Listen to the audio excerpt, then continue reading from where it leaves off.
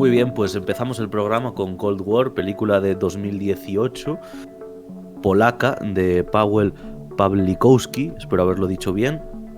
La sinopsis de la película trata de lo siguiente: en la Guerra Fría, como telón de fondo, Cold War presenta una apasionada historia de amor entre dos personas de diferente origen y temperamento que son totalmente incompatibles, pero cuyo destino les condena a estar juntos.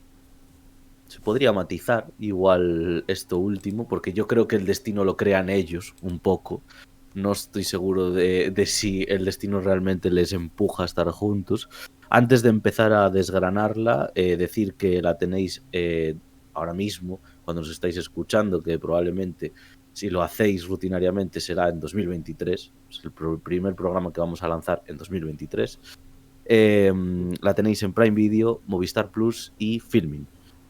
Yo personalmente la vi en Filming. Es una película que ya tenía preparada desde hace tiempo, hace bastante tiempo, hace un mes o así.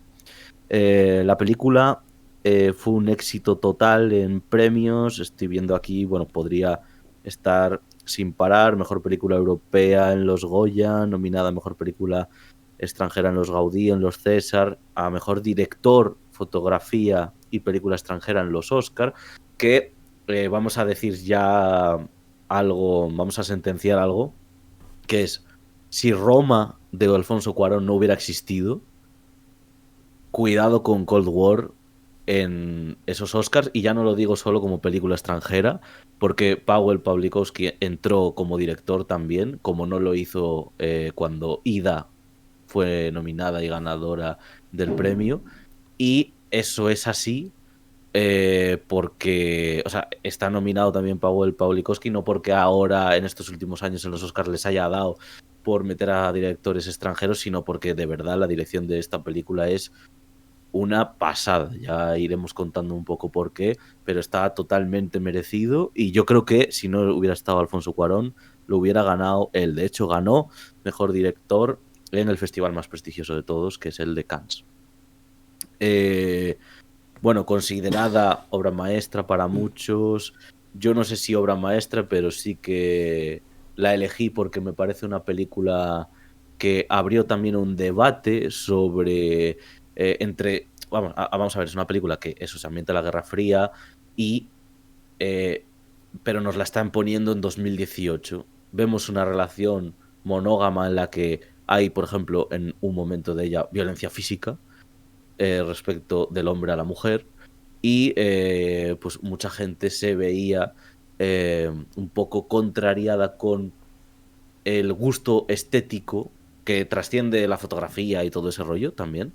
El gusto estético que había sentido con la película, porque la historia está muy bien contada, con la dudosa moralidad de los protagonistas, que volviendo a ver la película, me parece que solo reside en él cuando le pega a ella una bofetada en un momento concreto de la película, cuando están en Francia, eh,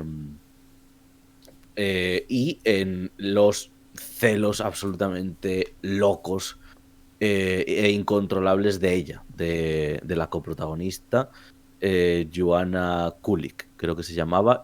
También el otro coprotagonista, Thomas Scott, hacen un papel increíble, aunque a mí me gusta más Joanna Kulik, porque desde que empieza a salir en ese coro, la película básicamente, la sinopsis no cuenta realmente sobre lo que va, o sea, no nos dice un pie, ¿no? No nos da un pie realmente, una base sobre lo que va. Pues va sobre un productor musical en esa etapa ¿no? Cercana a la Guerra Fría, en la que eh, intenta conseguir un coro y llevar música costumbrista a diferentes países europeos. De hecho, Eh, cuando estrenaron esta película que la vi en cines, durante el primer tramo de la película tenía la sensación de que iba a ser como una operación triunfo rural polaco. Ujú.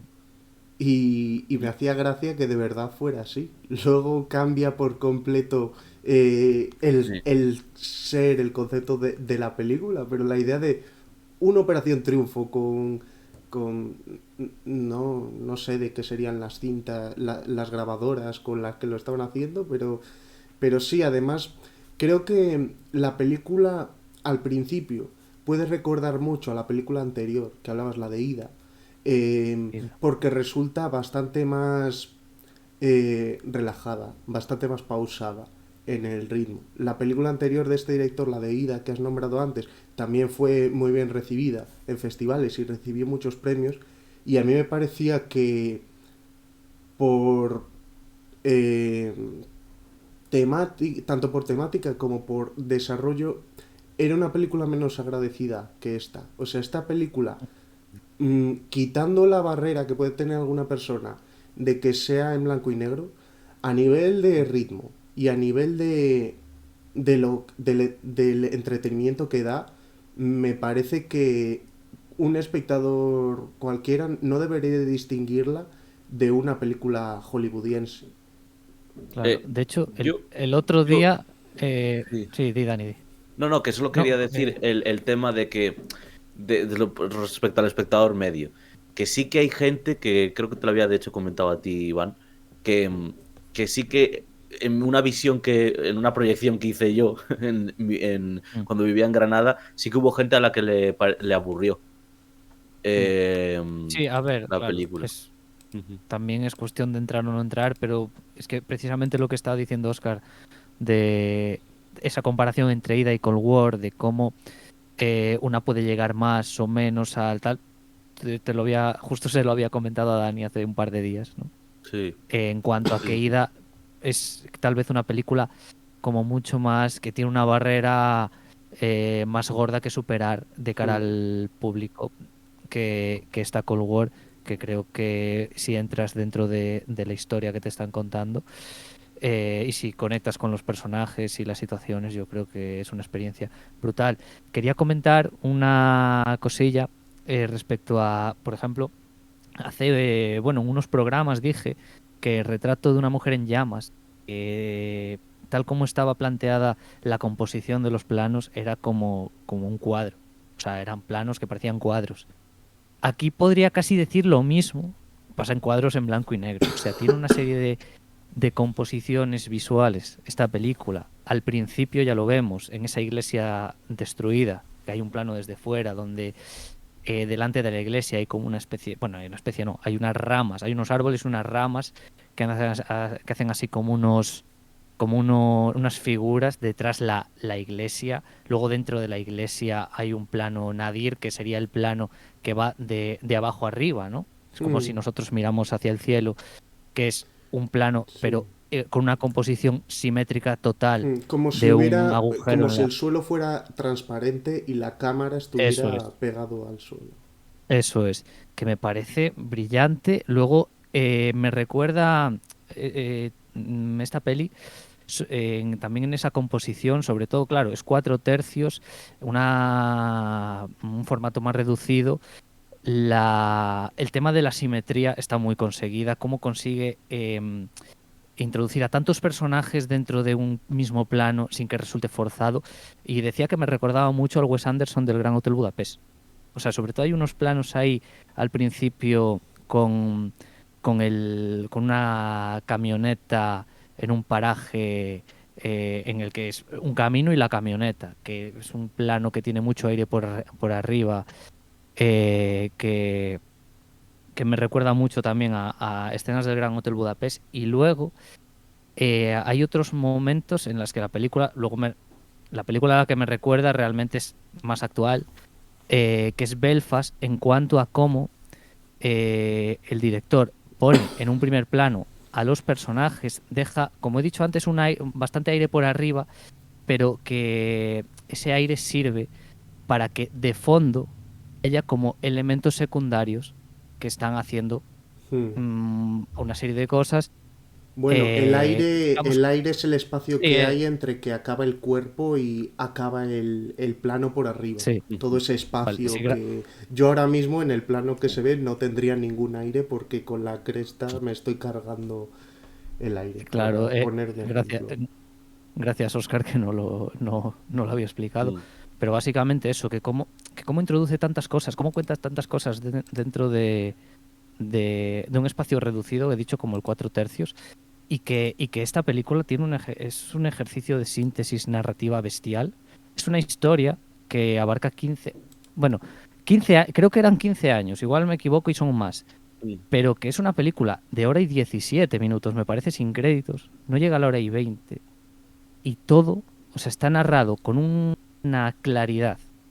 Es decir, igual hay escenas que suceden durante un año, o sea, es decir, si saltamos, por ejemplo, a Yugoslavia en 1954, igual en Yugoslavia están como 2 días, ni 2 días, pero todo te queda perfectamente claro, porque claro, una película en la que esa relación está completamente, está como formada, pero por culpa de los sucesos que están pasando en la película, se ven forzados a separarse. Entonces, de repente, cada año se van encontrando y todo eso, como he dicho, claridad narrativa, una claridad a la hora de exponer todo, que me parece de una genialidad absoluta. Y en relación a eso, Iván, hay una cosa tremenda en esta película que, que es, vamos a ver, o sea, en el cine, nosotros, por ejemplo, después de esta película vamos a hablar de The One I Love.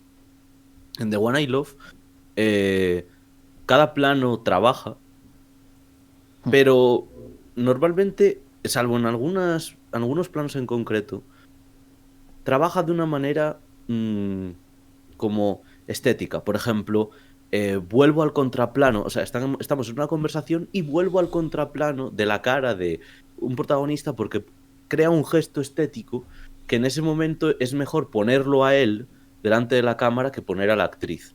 Eso es súper positivo y muy importante.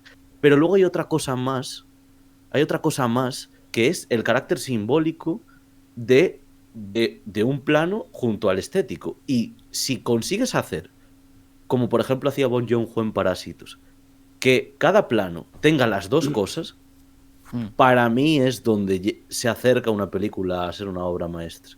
Y me explico. En esta película, al principio, empiezas a intuir que el productor y su compañera son pareja. ¿Y por qué lo intuyes? Porque en planos en los que salen los dos, comparten el cigarro que están fumando. Ella luego además, pero ella más tarde le susurra algo así como vámonos a la cama y no sé qué, y entonces ahí ya lo confirmas. Pero antes, con un par de planos en los que ella simplemente le mira cuando él está mirando a la protagonista cantar por primera vez, y ahí notas los celos.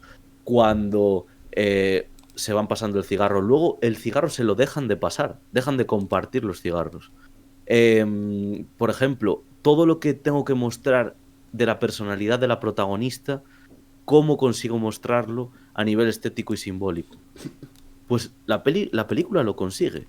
Muestra a Azula, la protagonista, la sensualidad, que es la que se relaciona con el protagonista de la película en un principio, la energía y la determinación.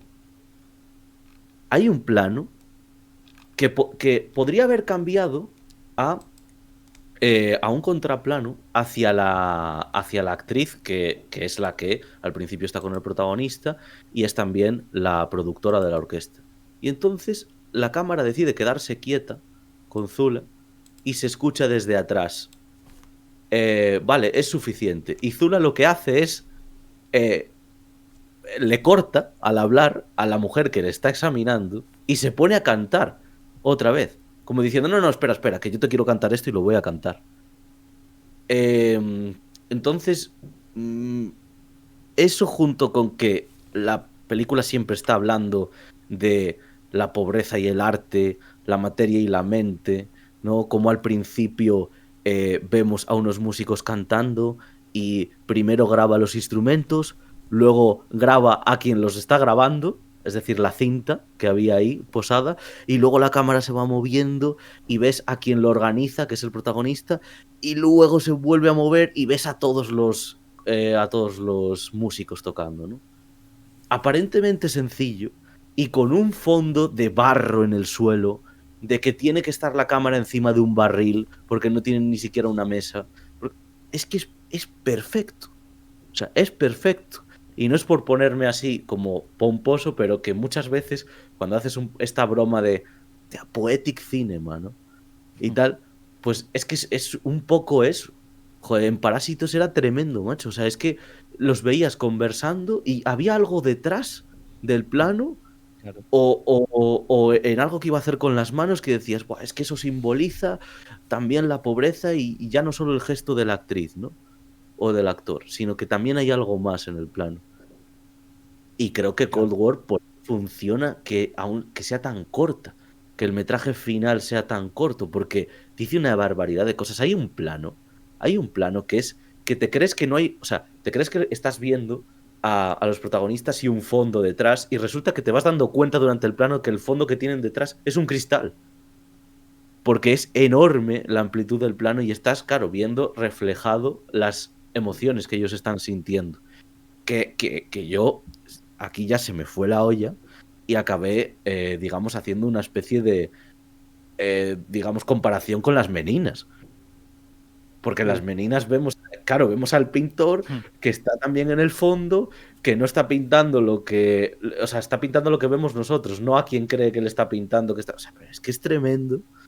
Eh, y, y bueno, luego obviamente pues ese trasfondo social, ¿no? Es el que está ahí, si la reforma agraria, que si hablar de la paz, de los líderes, que Stalin, tal. Mm, la amplitud, los espacios.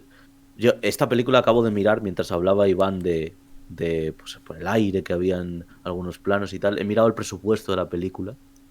El presupuesto de la película son 4,3 millones de dólares. Pero la película es gigante. Vale que en algunos momentos Parece más, tenga... ¿eh? Claro, claro, exactamente, Claro. parece muchísimo más. Vale que en algunos momentos, por ejemplo, cuando él está en la cárcel, ese espacio es chiquitito, pero todo lo demás, Claro, es los que toda la bares, recreación, eh, toda la recreación exactamente, de los exteriores me parece una locura. Claro, ahí habrá tratamiento digital, evidentemente. Pero es sí. que creo que nivel diseño de producción es una locura. Y más aún si es un presupuesto tan bajo. O Pero bueno, sea, seguramente también es bastante más barato grabarlo ahí. También, tampoco estás contratando a también. estrellas y te ahorras mucho dinero. Y el presupuesto te ha venido en dólares siendo una película polaca. Sí, Ah, que supongo que es no, porque al Google cambio te sería lo una pone así burrada, porque directamente. yo en su momento iba a ir a Polonia y el cambio de dinero era eh, enorme en comparación. Entonces, Mm. obviamente, no van a ser 4 millones de zlotys de ninguna. Yo de la película quería decir también que esto igual, sobre todo en relación a lo que ha dicho Dani, es un poco vacu, pero el blanco y negro, generalmente en una foto o en un vídeo, estiliza bastante, pero todos hemos, antes estabais hablando de Belfast, bueno, estiliza o no, Sí. pero es que aquí todos los actores salen guapísimos. Guapísimo, Todos, sí. o sea, la protagonista es una belleza, el protagonista también, todo lo que hay alrededor, o sea, me parecen que a nivel fotográfico salen hiperfavorecidos, o sea, la fotografía trabaja a la hora de, más allá de jugar con la belleza estética que puede tener el entorno o la carencia de belleza estética que tiene el entorno, en maximizar la belleza de las personas que salen en cuadro. O sea, esas escenas en las que se les ve bailando y demás es que parecen personas esculpidas en mármol de lo guapos que se les ven a todos.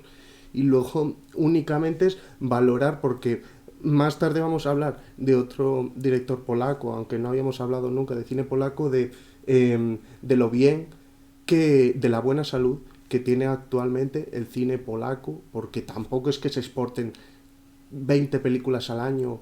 Bueno, igual 20 sí. Se exportan 20 películas polacas, pero llevan una década que salen películas bastante buenas. Me estoy acordando de Corpus Christi, de Loving Mm, Vincent, de EO. Claro. EO. Ujú. O sea, Ujú. y bueno, luego más. Sí, sí. O sea, que cuando nos vamos al pasado tenemos que ir a figuras muy concretas como Kieslowski, Vaya o este tío que hizo la de Faraón y la de la madre, madre Ah, Juana Zurowski, creo. No, sí, Zurowski era otro. era, no, era Jerzy, Kavalerovich, me Claro parece que era. que hasta 80 años después había tres o cuatro nombres que se habían quedado sueltos, uno cada 20 30 años, y ahora hay una concentración de buenos directores que, oye, es a destacar como poco a poco ese cine europeo cerrado, pues sí que si le das producción acaban saliendo artistas de gran nivel, como en el islandés, que parece que ha nacido hace 10 años y que ves que tiene a 4 o 5 que ya están en festivales a tope y algunos Sí. otros manejando ya presupuestos de 200 millones o así, como el Baltasar Kaurismäki o como se diga. Baltasar Kormákur. Cormacur. Cormacur. Sí, no, Kormákur, sí. Sí, bueno, luego hay otra cosa que es el tema de el desafío de que se pone uno mismo, un creador, en este caso el Powell Pawlikowski, con la historia, ¿no? Veíamos, por ejemplo, a Iñárritu en El Renacido. No solo voy a rodarla allí, sino que además voy a hablar del mestizaje. Además voy a hablar de el retiro espiritual que puede ocasionar estar en esas zonas, la supervivencia. ¿Cuál es un poco el desafío de esta película? O, por ejemplo, Nolan en Interestelar, ¿no? Que hay también un desafío de que la humanidad, que el mensaje final sea que hay algo en la humanidad que también es universal cuando nos vamos tan fuera de la Tierra, ¿no?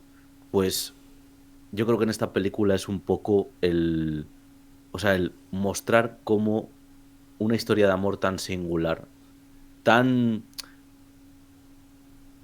que se te hace tan difícil pensar que no que puedan estar con otras personas o no estar destinados, porque lo único que hacen es intentar buscarse y buscarse, cómo se afecta por cómo se ve afectada por todas las condiciones materiales y la acaba machacando hasta un punto en el que no sienten ninguna libertad en este mundo y prefieren irse, digamos, a otro que sería visitar, por así decirlo, el otro plano de la existencia, que es la no existencia. El fugitivismo, la guerra, la procedencia, les empiezan a empujar al secretismo, a los espacios extraños, como veíamos primero a la Azula en la barra de un bar en Polonia o en un país de estos del norte, y cómo la vemos luego en una barra de un bar de Francia y se vuelve prácticamente loca, ¿no? Necesita, digamos, expresar algo que no consigue expresar en su país, como el hombre del que se enamoró de alguna manera le empieza a frustrar porque se ha convertido en otra persona al acomodarse como una especie de burgués en Francia. Mm, todos los espacios en esta película tienen algo más en el fondo y es esa carga tan fuerte del materialismo y del mundo, ¿no? Que hay veces que no es posible, no es posible. Hay historias en las que se ha mostrado que no ha sido posible expresar tu libertad por las circunstancias que te rodean. Y creo que eso lo hace muy bien la película y por eso creo que, aunque hay un final trágico, hay un final con todo el sentido del mundo. Es decir, ese final es algo que acaba llegando por lo que la historia te ha ido contando y se hace totalmente orgánico, funciona y, y además te golpea porque de alguna manera te los muestran a ellos también en ese plano al que han decidido ir. No es que simplemente se acabe con ¿qué pasará? No, no. Los vemos en abrazando la muerte, en, en un espacio ya totalmente inhóspito. Así que bueno, no sé si queréis decir algo más de la película. Nada, pasamos por No, mí a The One I Love. sí, sí. A The One I Love. Perfecto, pues Iván nos trae The One I Love, así que cuando quieras.